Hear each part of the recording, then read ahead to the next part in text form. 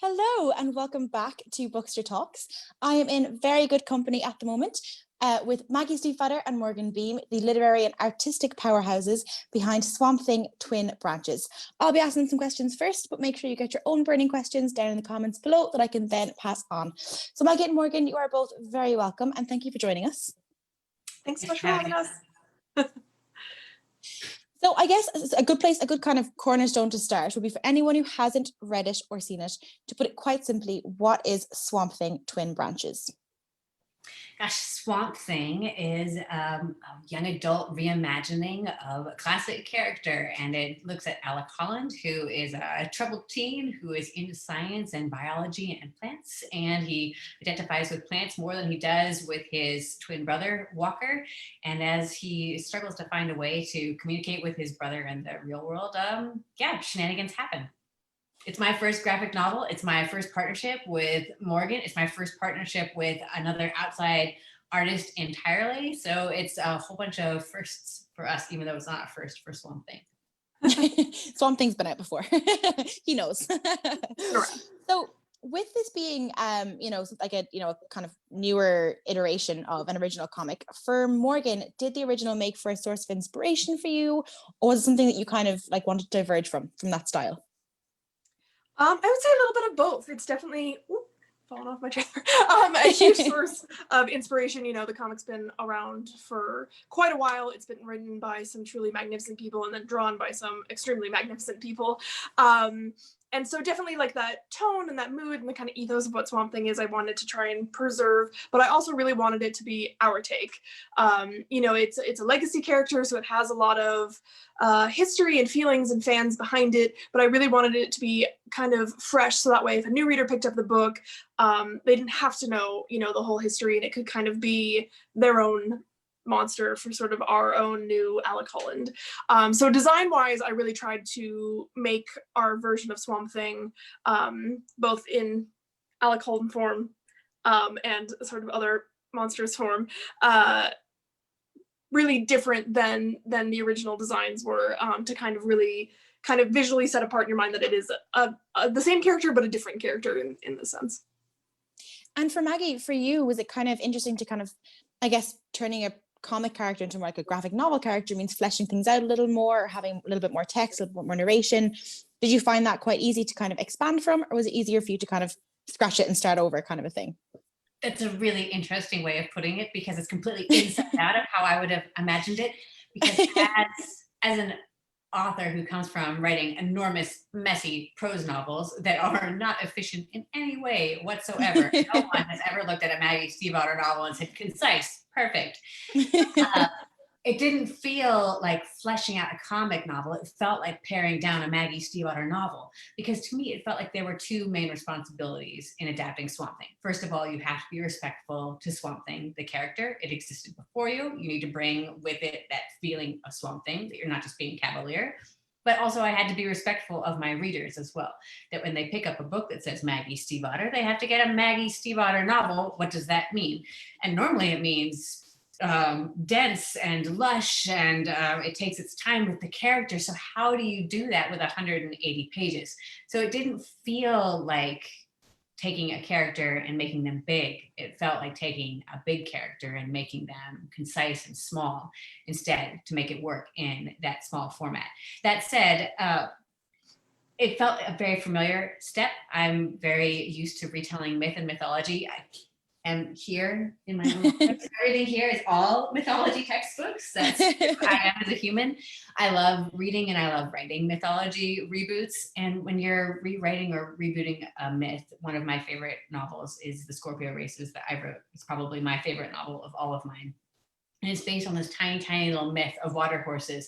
And you could write down that entire myth in just a paragraph, and expanding that into an entire novel. That to me feels familiar. So that part of adapting Swamp Thing felt good and cozy.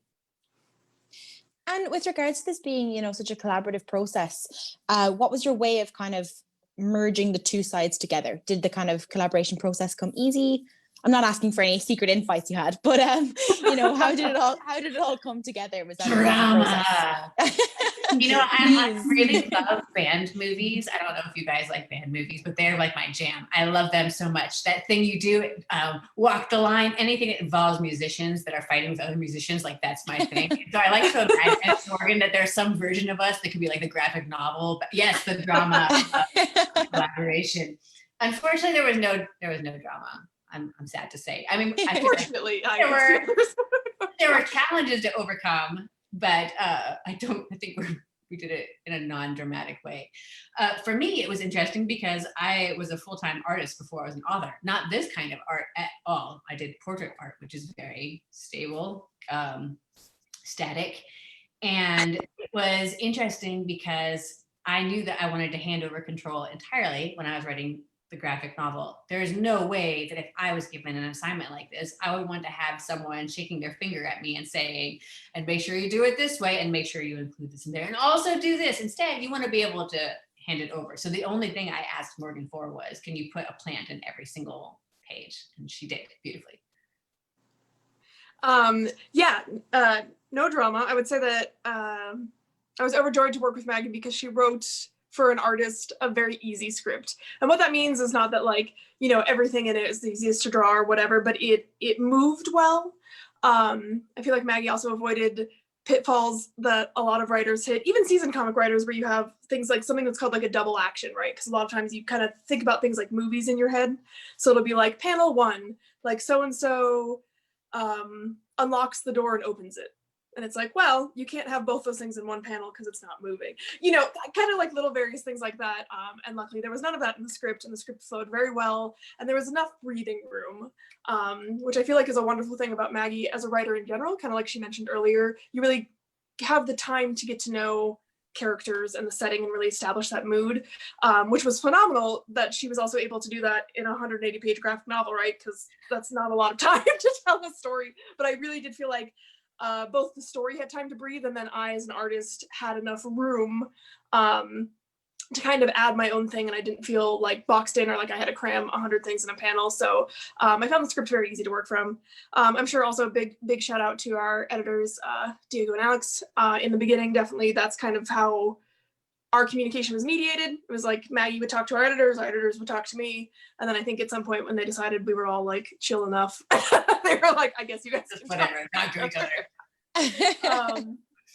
But yeah, so the collaboration I think was pretty good. I quite like that the lack of drama did turn into an absolute, on either side, declaration of love for each other there. I was like, any drama? And you were like, we just really like each other. But one thing that I do have to ask is that how did it kind of work? Would kind of, you know, Maggie write something and then Morgan write to it? Would you have like is there a secret joint Google Doc somewhere that has everything in one place? How did you go about putting kind of two parts of one story together?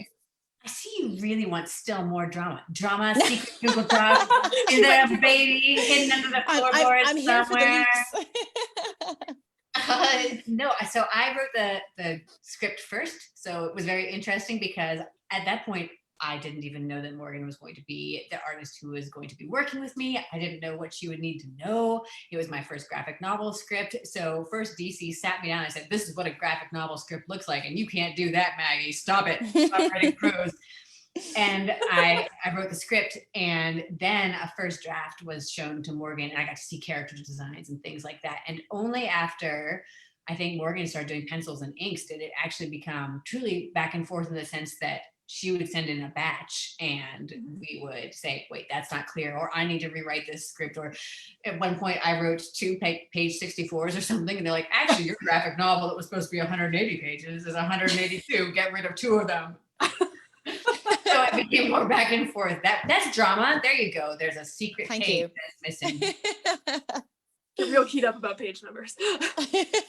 But yeah, so that's really how it goes. So just like Maggie said, I was handed, you know, the at least first version of a whole script, so I could kind of see the entire backbone of the story, kind of get a feel for, you know, the mood and aesthetic that we're going for. And then we did work in batches of like 30 pages essentially. So I'd send like thumbnails, which for everybody doesn't know is like your page, but like this big, so everybody can just kind of see the layout, like the storytelling, and then pencils, and then inks. And that way, you know, like Maggie said, just to make sure like that this reads, the story is clear, this is the point that was supposed to be made, and everybody's on the same page. So you can kind of wiggle room back and forth, you know, until you get to the final stage, which was actually, well, I guess technically it's Jeremy Lawson on colors and then Ariana on lettering, but generally we worked it out before that part. And so for Maggie first, did you always want to write? And for Morgan, did you always know you wanted to be an artist? I was a terrible little crotchety child. I was like a paperweight, or no, the weight of paper. I was really scrawny. I was super small, and people always were trying to pick me up and hug me because I looked like I had been abandoned. And I was one of the kids that hated being hugged. When you tried to hug me, I would just like turn into a mist, like a Dementor or something. It was terrible. Yeah, I was. Anyway, so I want you to imagine this small, always dressed in black, crotchety child that looks like it hadn't eaten in a very long time.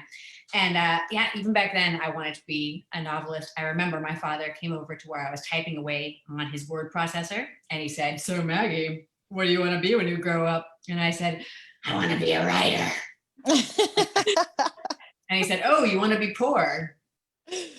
And in his defense, I was writing a novel about two dogs test driving a car. So maybe not the stuff of bestseller done. But yeah, I feel like I had such an advantage because I always knew I wanted to be a writer. And lots of people know they want to be creative quite young. But I not only knew that, but I knew why I wanted to do it. I wanted to be a commercial writer. I wanted to be the sort of person who wrote big blockbusters with the name of my name bigger than the title. And I feel like that gave me such a leg up because I always knew what I was studying and what I was shooting for. A book that didn't make sense until the final piece was in place, which is the audience, which to me made it simpler to study my entire life, be really focused on it. Yeah, I'd say same. I think I always wanted to draw comics, specifically, not even just like art in general. I grew up with like both American comics and then like manga and anime and cartoons, and I was just from a young age obsessed with that form of storytelling. The local library would let me check out 20 books at a time, and I would just get like armfuls of graphic novels or the whole series if I could. I would always return them late, which is why I still am not allowed to have a library card to this day because I haven't been paid off my fees. But yeah, you know, I doodle in my notebooks in school all the time. I loved art class when I was young, but art teachers didn't like me because I didn't want to draw like the still life or the portrait or whatever. I was always like, here's 3 panels about a dragon. And they're like, could you not? I'd be like, that's where I live. You know, and even then in like middle school and high school, I'd start drawing my own comics. And I used to draw them on printer paper, and I would draw them double-sided because I didn't quite understand how double-sided printing worked. And so I figured that that's just how you got it on both sides of the page. And then I went to college actually for completely not art related things because I was also, I think, not so incredibly sure of myself at that age. And then pretty much when I graduated, I lived in San Francisco, and it was the year of the recession, and I had to have kind of a come to Jesus moment of like, what do you want to do with your life? Because it's not retail. And I was like, you know, the only thing that I've ever been truly passionate about is making comics. So we went from there. Well, it certainly worked. So far. So far. And so with you know, Twin Branches being kind of a YA graphic novel, what do you think you have to take into consideration with that kind of a, I wouldn't say audience in mind, because as we all know, YA doesn't usually just cater to YA, like people who are certifiably young adult. But what do you think the kind of, you know, what do you think the importance of kind of YA media is in today's context? Because it's obviously a huge, you know, it's a huge market. It's a huge thing. I still love YA. People always love YA. So what do you think kind of a relevance that it has? I think there's a lot to be said about young adult just as a marketing category, but I also do think that there is genuinely a format which feels YA. When people say it feels YA, a lot of times what they mean is, well, this feels simple, or this feels like it's younger or whatever. I don't think that's actually what makes something YA. I notice that people will often take older works and they'll reclassify them. They'll say things like Catcher in the Rye was the first young adult novel. Nobody had any concept of what the category was back then. Or they'll look at something like one of my favorite authors, Diana Wynne Jones, and they'll say, this is clearly her middle grade work and her young adult. There was no category. So what does it mean to feel YA? And to me, you can actually tell really clearly was Swamp Thing.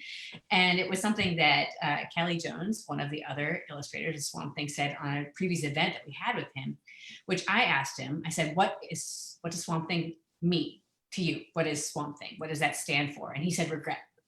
And I thought, well, that is a very interesting way of putting it, because that is, to me, the difference between an adult version of this and a young adult version of this. You can tell the same story about a kid. An adult version is the adult looking back on their life as a kid and saying all the things that they wish they would have done, or a retrospective of what their life was to that point for that moment. And in young adult, it's about, instead, you're telling a story from that beginning point of being the kid and looking forward to everything that is to come. Swamp Thing doesn't have regrets in the young adult version, because this is his life now. This is his transformation, and he has everything to come after that, instead of being an adult, having the transformation and then having that kind of regret and wistful longing. So to me, that's what makes it young adult. It's about looking forward instead of about looking back, even if you're looking at the exact same age range. And for you, Morgan, do you think that, like, you know, drawing for a YA medium is any way different from, you know, an older graphic novel? What kind of differences did you sense in the art aspect of it, or were there any? Definitely. I mean, I think that there is a matter, which is not such a clear-cut line, right? I do think that there are different art styles, especially when it comes to mainstream sort of like superhero books, some that resonate more with kind of an older audience, which I think has a lot to do with like nostalgia and some of the things you did read when you were younger. And then a lot of, I think, newer readers who are getting into graphic novels like to see things, I would say, almost a little more stylized, sometimes a little more cartoony, just a little bit less of the realism. Again, grain of salt, because the art you like is subjective no matter who you are in your age. So that's not a clear-cut line. Other than that, it's also just about keeping the art content, you know, especially for YA, right? You're not a tiny child, so you still have heavier subject matter. You know, horror is huge in YA, you know, sex and that kind of stuff.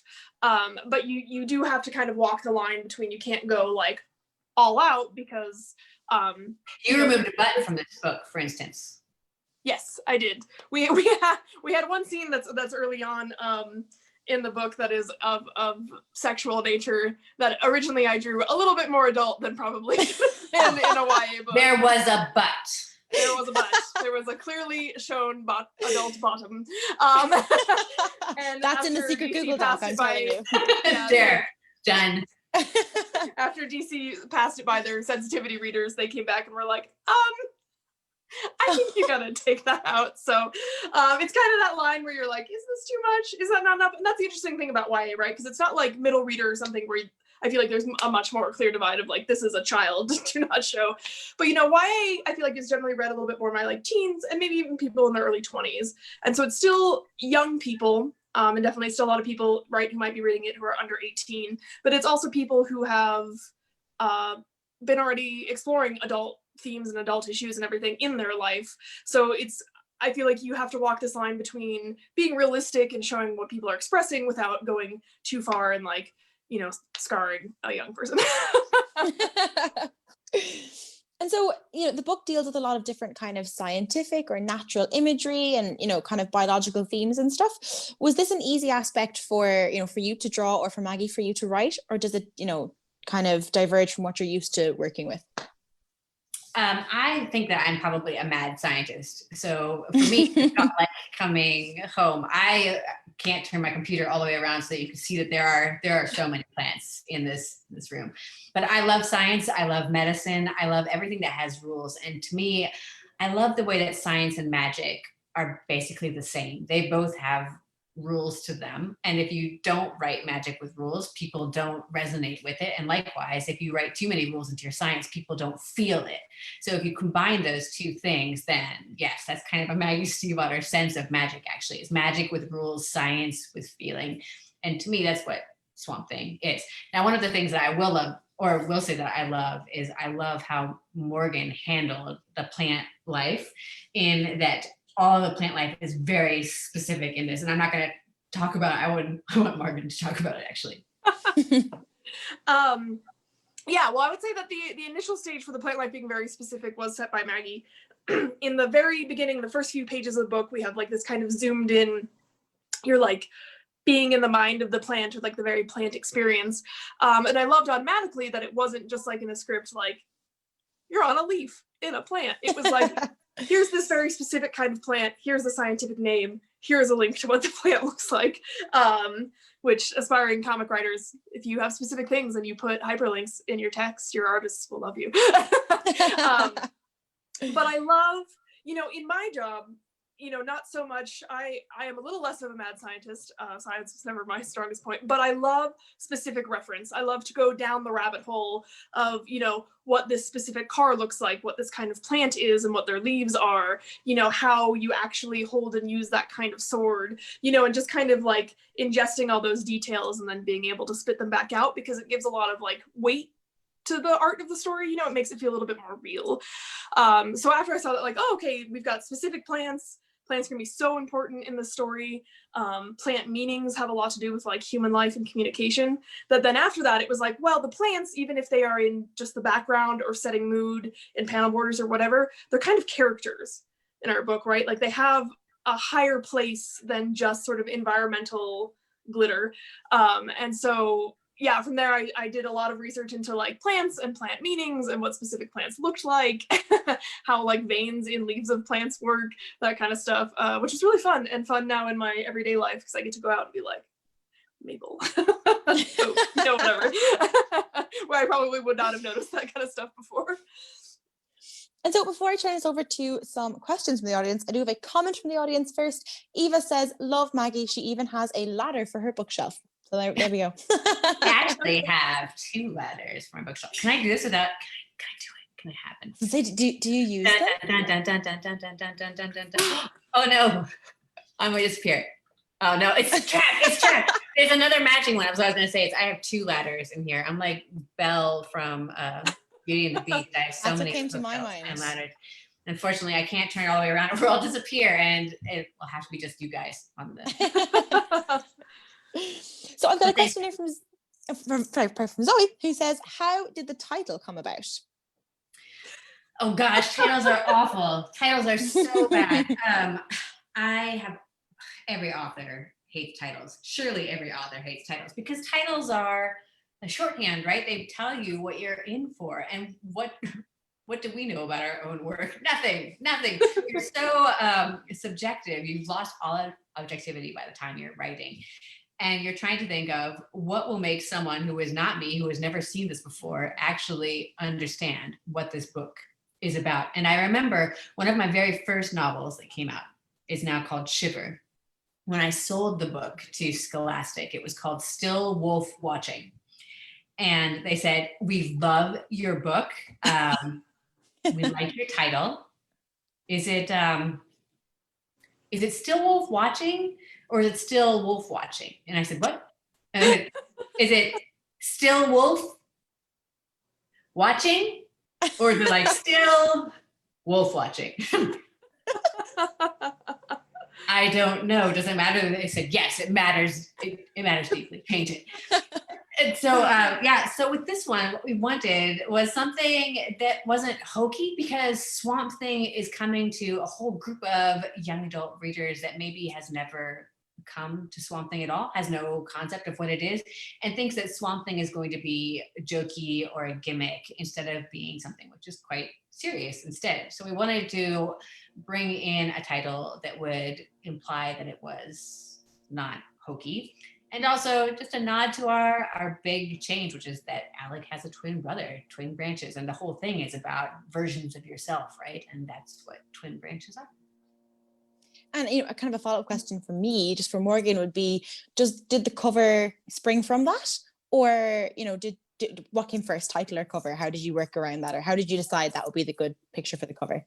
What did come first, title or cover? I don't even remember now.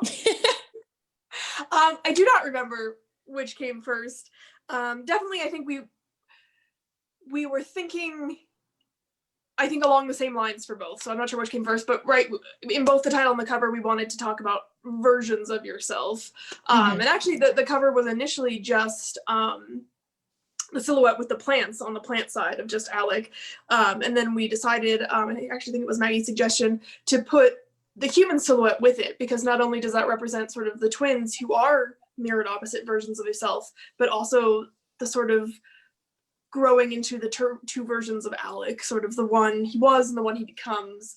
And so it just kind of became like a pretty good wrap up, I feel like, for the book. And yeah, so I think the thought process of what you were trying to express is probably the same for both the title and the cover, but I literally cannot remember which one. So I've got a question here from Maggie from Camilla, who asks, would you ever like to see your other books like The Raven Cycle or The Scorpio Races in graphic novel form? Oh, I have done thumbnails of those so many times. However, if I have learned anything from this, from watching Morgan work, it is that the art is so time consuming. It is so much work. It's a full-time job. It is so much.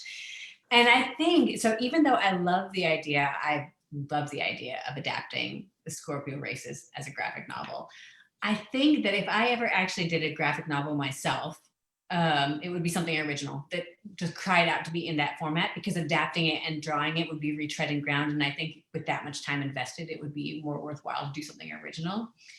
I also think that it would probably be less a graphic novel and more this book, which I happen to have right here. Oh, this is Shantan's The Arrival, and I've picked it up 1,000 times on every single one of these events because I love it so much. But it's an art book that is a great extended metaphor for immigration. And Shantan in it uses only images, no words, to show what it's like to come to a new place, and everything is alien there. The creatures are alien, the fruits are alien, the language is expressed in just little characters that you can't understand. And it so beautifully gets across the emotional experience of coming to a new place, the wonder and the fear of it, in a way that you could even without words. So if I did something that was an art book, it would be more like that than a traditional graphic novel. That said, I would love to do, to adapt The Raven Cycle to graphic novel. I think it would be a super cool thing, just not me drawing.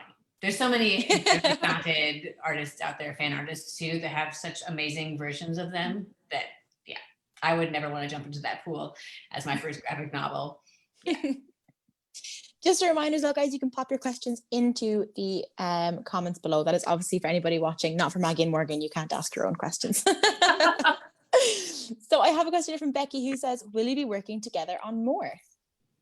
Oh, we get asked this a lot.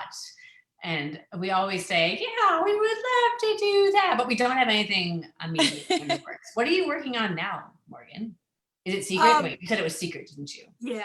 You said it was so secret you couldn't even like wink or blink or act it out or anything. It's in the Google Doc again. You know, I always feel like I'm the one who gets in trouble where I'll like take like a tiny clip or something and post it on Instagram, or I'll say something during this, and then inevitably I get like an email from my editor that's like, could you not?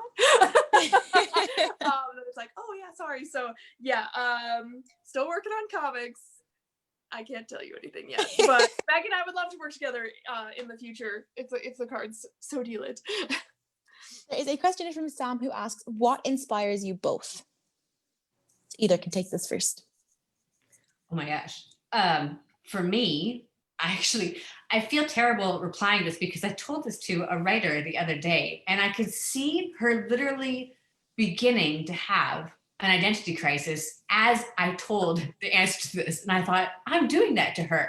Look, she's having an identity crisis right now. This conversation is doing it. She'll look back over the years and think, that was the moment when I started to break. I heard Maggie Stiefvater talk about what inspired her. So I hesitate now because it's like a chain letter. What if you guys all have identity crises? I guess I'm going to try it again. I didn't think it was terrible when I said it, but I said, I don't think you can be a good writer unless you're also living a life, that you have to have something to write about. Otherwise, you'll just write the same story over and over again, because even if we're not processing our own lives directly, autobiographically, we're still reflecting the world through our lens. And if you are only looking at the same thing, again, every story that you tell is going to be you. And how fast does your life really change if you're just looking at the same things all the time? Mm-hmm. So I said, it's not that I have to method act. I don't have to, go out there and if I want to write about an assassin, become Grosse Pointe Blank or whatever. But I mean, I do have to reinvent myself, like get out there and actually make sure that I'm always fully engaged in the world. So it's not good enough for me to just sit and watch TV and read books, because then I'm just processing how other people see the world. I've got to be doing it. So I race cars and I go hiking, and I have outside jobs, and I was a journalist for a while, et cetera, et cetera. And I could see her face like melting, and she's like, I don't have any hobbies except writing. And I was like, you'll be okay. I think that's possibly a good existential crisis to have, though. I think that will be like the time she'll look back actually and be like, this was the time I learned to reinvent myself and live a little bit outside of just my job, which is really important. I actually wholeheartedly agree with that. And that was actually advice I gave to the now defunct Art Institute kids. The comic club there was like, comics is long and time consuming, just like writing novels.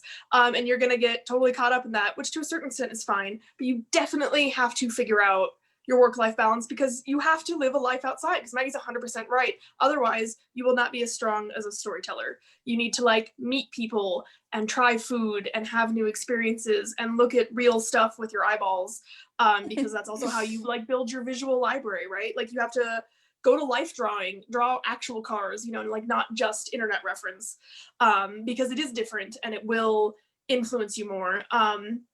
You know, I think to have really good creative output, you have to be, right, like to burn energy, you have to eat. And I kind of feel like it's the same thing creatively. And that includes both, you know, other material, looking at other art, reading comics, reading books, doing whatever, but also, you know, like taking a dance class, learning about video game art, you know, just things that aren't what you do. Because if you want to draw comics and you only read comics, Maggie's right, it's going to be a little one-dimensional.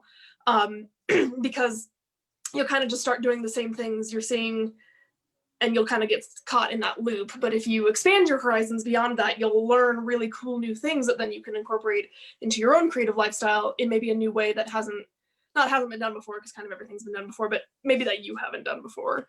So yeah, I draw a lot of inspiration from other people's art, but both like comics and outside. There's like a great gallery here in Denver. It's called 1261 that does oil paintings, both like sort of surrealist figure and landscape. And I feel like every time I go, well, the before times when you went to gallery shows, but we went when outside. I used to go to one of their shows, I'd always come home like just absolutely recharged for like the week of work, because you see this beautiful stuff and you feel feelings from it, right? And that's kind of what all forms of storytelling are, no matter what part of the process you do or what medium you do it in. So yeah, thanks for coming to our TED Talk about having work-life balance. Well, also because as creators, you are what you eat, right? So you should eat widely, otherwise your palette gets smaller and smaller and smaller. So I try and always read outside my own genre. I think that that gets confused a lot, because a lot of writers they'll read outside their genre and then they snit on their own genre. People like to rag on middle grade or young adult or just commercial fiction because they also read literary, and they're like, well, I'm literary. I'm like, you don't have to be the things that you eat, but you should eat other things and bring them back to the hive. Got a question from Scott G. Oh, there we go. So Scott here says, hi there. Some reviews have said that they read Alec as being neuroatypical. Was this intentional? So it's interesting. People ask me a lot if I'm ADD or ADHD, and I'm like, no, I'm Maggie. I am OCD. That's a different collection of letters, I guess. And so I don't know. What I wanted with him is I wanted to express the idea of a super introverted teenager. Is that neurotypical? I don't know. How many introverts walk amongst us? I know that he's super into his research, and I do know that he speaks in a way that is very close to how my family speaks. But whether or not I would consider my family neurotypical it's strange to express. I know that it's different from a lot of other people, but we wouldn't consider ourselves strange. To us, it looks normal. So if he's neurotypical, maybe, probably, I don't know. I wasn't trying to shoot for representation. I was trying to shoot for true. When I write my characters, I'm always trying to look at real models and then take what I need from them and make them into a person on the page, simplify them until they can become a character. So they all start as a real human heart. So it's possible that his human heart started as an atypical one. There's another question from Samantha who says, any tips for beginner authors? Which I guess is a Maggie question here. I got some pieces of advice when I was young, and I'll pass them on because they're fantastic. The first one is that you should write the book that you wish you could find on the shelf, but you can't. It's a great piece of advice that just never gets done. Because switch it the other way, if you go and say, I found this book and I love it, you don't have to write it. You don't need to write something derivative. It's already there. If you love the Raven Cycle or whatever, you don't have to write it again. It's there. You're free. You're free. But if there's a version of a book that you wish was out there, you can pour your own heart into it. So there's that advice. And then what other piece of advice? Work on durability. And this is actually something Morgan can talk about too, because this is not just about writers. This is about creatives in general. You're going to hear the word no all the time. I was a history major in college, not for want of trying for anything else. I thought that when I went into college, I would be either an art major or a music major or an English major for creative writing. My parents told me that they would pay for college as long as I went to this one school close to me. So I went there and I was all full of excitement. I dropped off my portfolio, right? Did I do it in that order first? Yeah. First I went and tried out to be a music major and I played the piano and they said, that's great, but you're not actually good enough at playing the piano to be a music major. And unfortunately, playing the bagpipes is not a major. I was very good at playing the bagpipes. And, so no, you cannot be a music major. And as a matter of fact, you're not even good enough to take lessons part-time. So no. And I said, all right, whatever. And I went to the art department and I dropped off my portfolio and it took them forever to get back to me. And then when they did, they said, we're sorry, we looked at your portfolio and it's not sophisticated enough to be an art major. In fact, you're not even sophisticated enough to take or classes as a non-major. So Oh no. Whatever. So at this point I had written over 30 novels. So I took the best of them and I went to the English department and I dropped off the manuscript and they never got back to me. I had to come and hunt them down. I said, well, did you read it? And they said, yeah. Have you thought about being a business major? So I was a history major because I could not take a single class in any of those things. They wouldn't even let me take them as courses as a non-major. And I tell that story not so you can go back to my alma mater and shake a fist at them and say, ha ha, you were wrong, but because it's not their job to curate your dreams, right? They're trying to make a call based upon a bunch of students coming through their office, trying to guess from the outside what looks like is going to succeed in their department, right? And yeah, I probably was a mess and they didn't know the way that I learned things. So they had no way of knowing that starting from mess to, expert or whatever was a thing I was even capable of doing. And they probably had other students that looked like they were more sure bets. It doesn't matter because they're not important to the story. It's my story. So if at any point I had handed them the permission to say, no, you're not good enough, then the story would have ended then.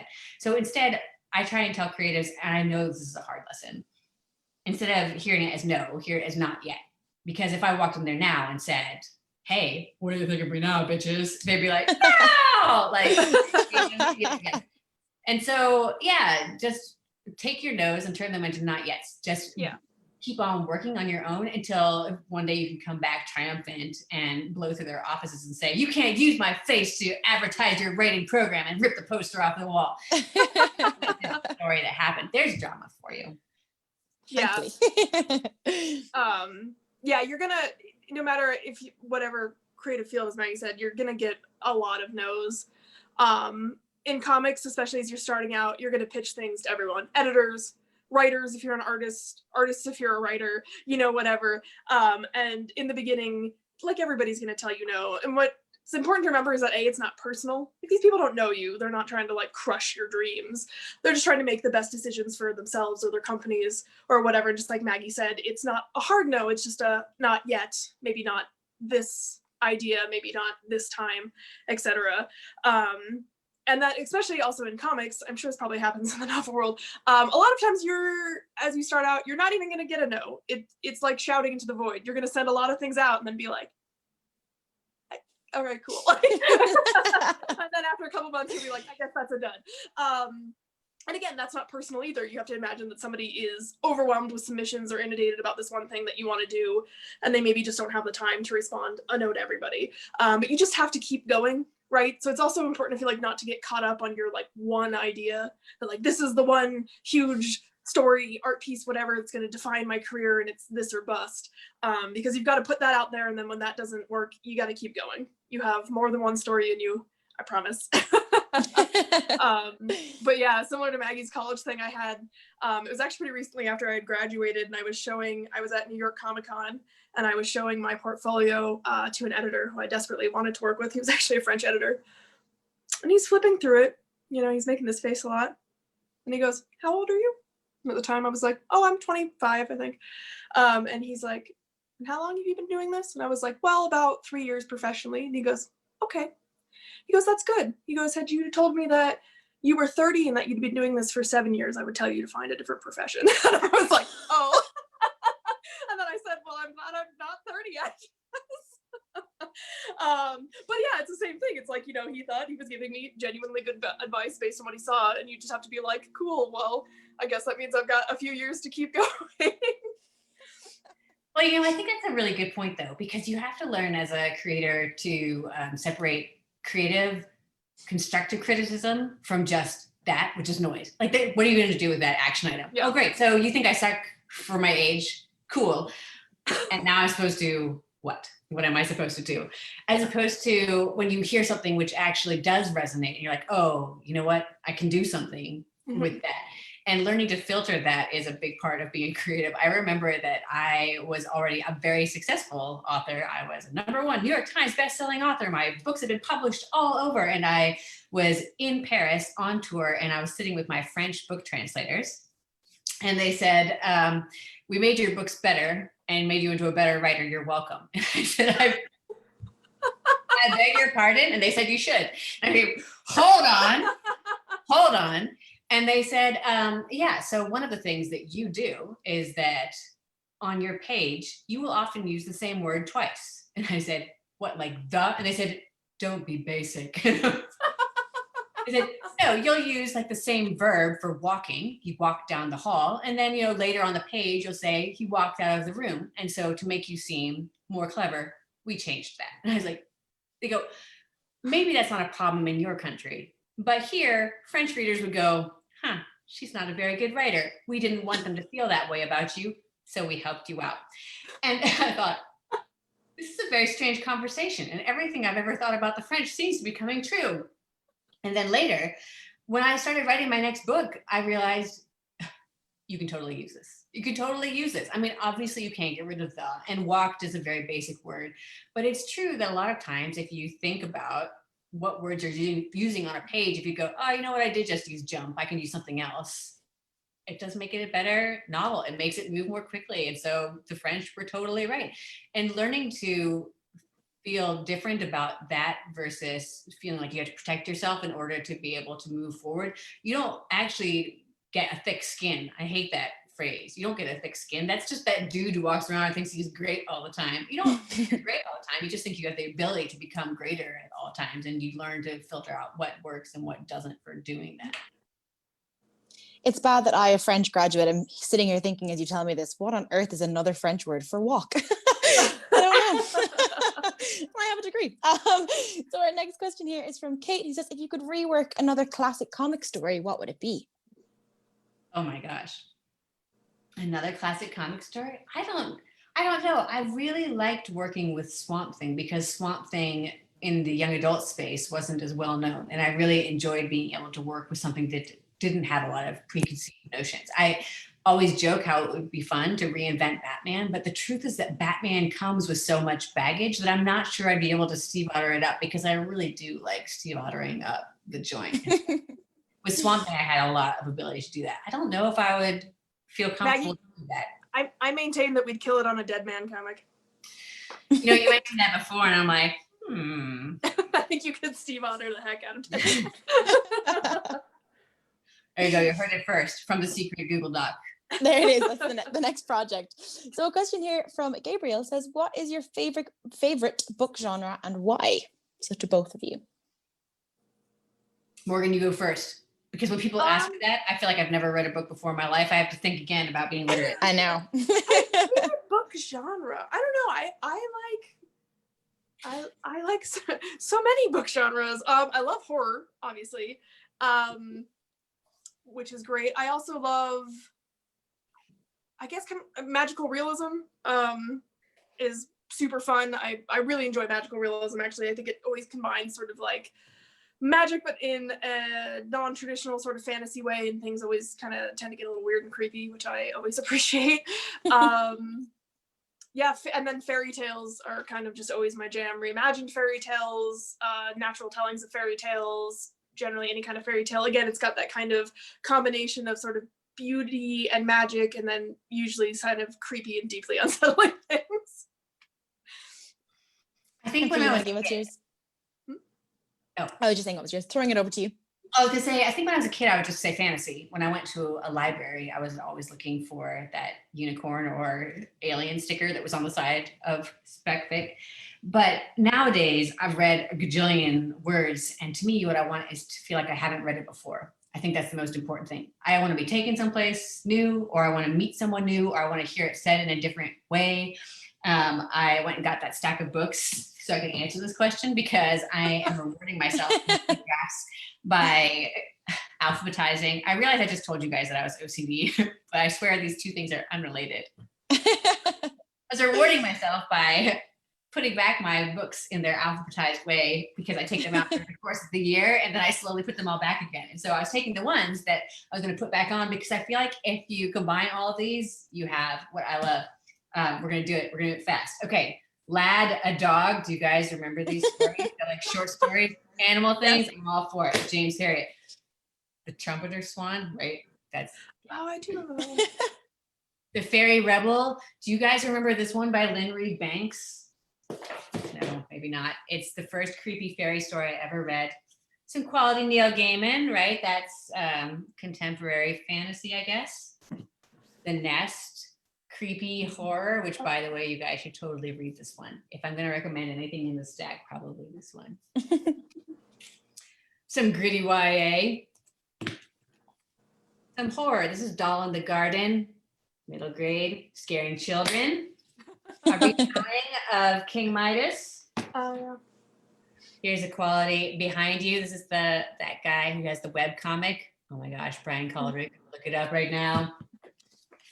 The Dark is Rising, which is old fantasy. Codename Verity, that's like literary historical YA, and you should also read this because it's about friends who are girls and they also fly planes. And finally, classic Maurice Sendak, Higgledy Piggledy Pop. Yeah, I feel like if you combine all of those things together, that's the kind of books I like. I also have a really, really scary ghost story that I'm reading right now. And it's not actually scary, but it's one of those that when you go to bed at night, you lay there and think, if I was a person who was scared, this would be a good time for it. And so there was a question from David that actually was around about the same, but he did add the amendum of and comic book question. Do you have a favorite comic book? Favorite comic book of all time? Ooh, that's hard. It's probably going to be a tie between, if it's just a single book, like one graphic novel, it's definitely Day Tripper by Fabio and Gabriel Ba, which is just like, I can't even really describe what that comic is kind of about. It's about life, but sort of like via the perspective of death. And you just kind of follow this man's life and kind of what it would be like a little bit if he had died at every kind of different certain point of his life. I don't know. It was one of the first comics that I read. You'll cry hysterically. Just to warn you. It's beautiful. The art is gorgeous, but it's just one of those comics that really shows you kind of what this media can do that kind of, I don't think can be recaptured in any other, in like a novel or a movie or whatever. And it was one of the few comics that hit me so hard that you just like sit there after you read it and you just like think about your own life for a while. And that was when it was like, man, one day I want to be able to tell a story like that does that to somebody. My other favorite is a series called Monster by Naoki Urasawa, who's just brilliant Japanese comic creator. He's a genius storyteller. But that is technically not one graphic novel. It's like 28 or something like that. But I highly recommend any of his series. Monster, 20th Century Boys, or Pluto. Pluto's definitely his shortest one. I think it's only 11 volumes. But he will like blow your mind with his storytelling. So Naoki Urasawa. Look him up. Maggie, do you have a favorite, or would you put graphic novels or comic books rather not be as much your thing? A favorite comic book. The Arrival counts. Graphic novel. I think I would go. I think for favorite graphic novel, I love Stitches by David Small. It's a very serious literary one, but the thing I love about it is that he manages to capture in just his drawing tiny little real details of humans. You're like, oh, that's a real thing. That's a real thing that I've seen, and now it's captured. And I love those moments in prose as well, where you read it and go, that is exactly how that feels.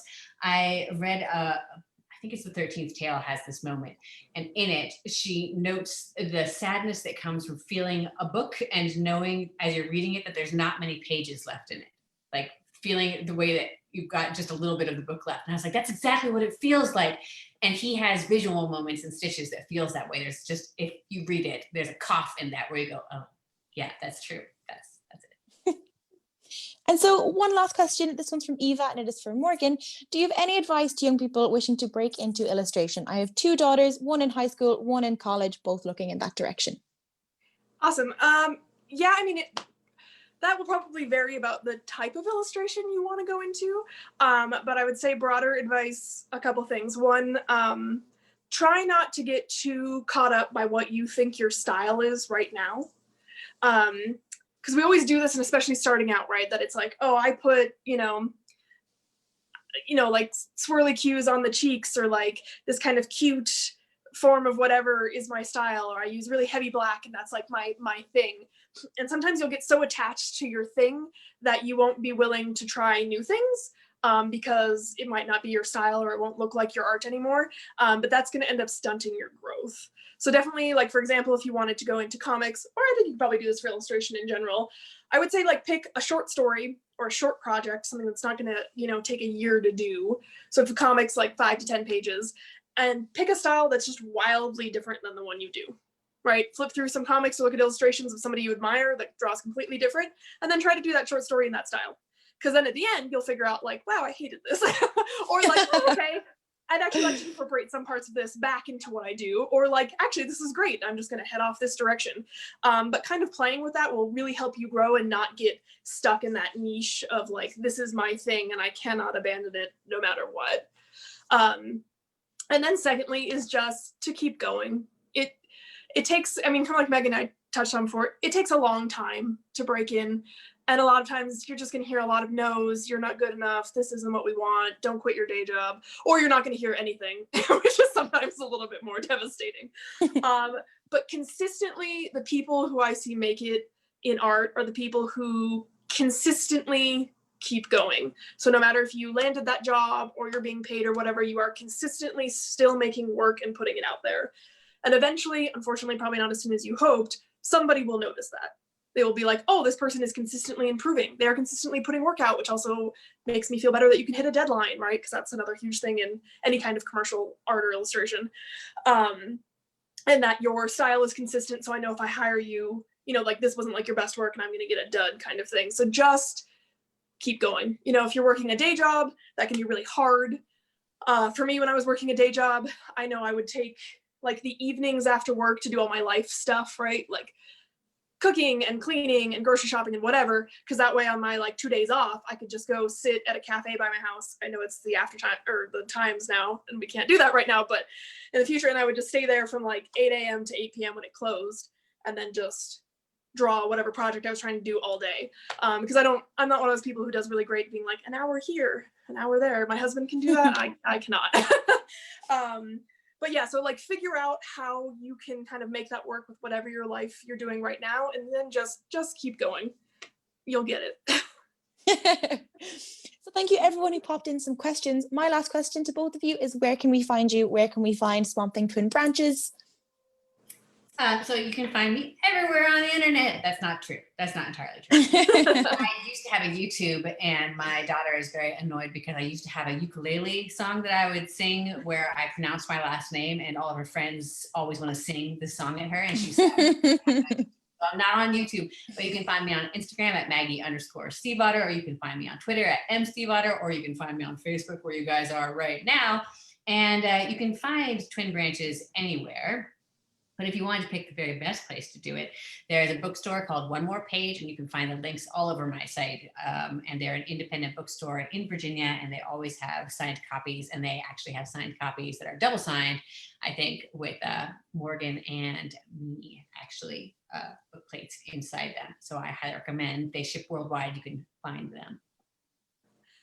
Yeah, and I'm definitely probably the most active on Instagram. It's just my full name, which I think is the bottom there, Morgan Beem, all together. I am also on Twitter, though I'm currently trying not to be on Twitter as much, but I do have a Twitter and I'm on there occasionally. I also have a website, morganbeamart.com, if you want to check out more of just general illustration stuff or contact me directly.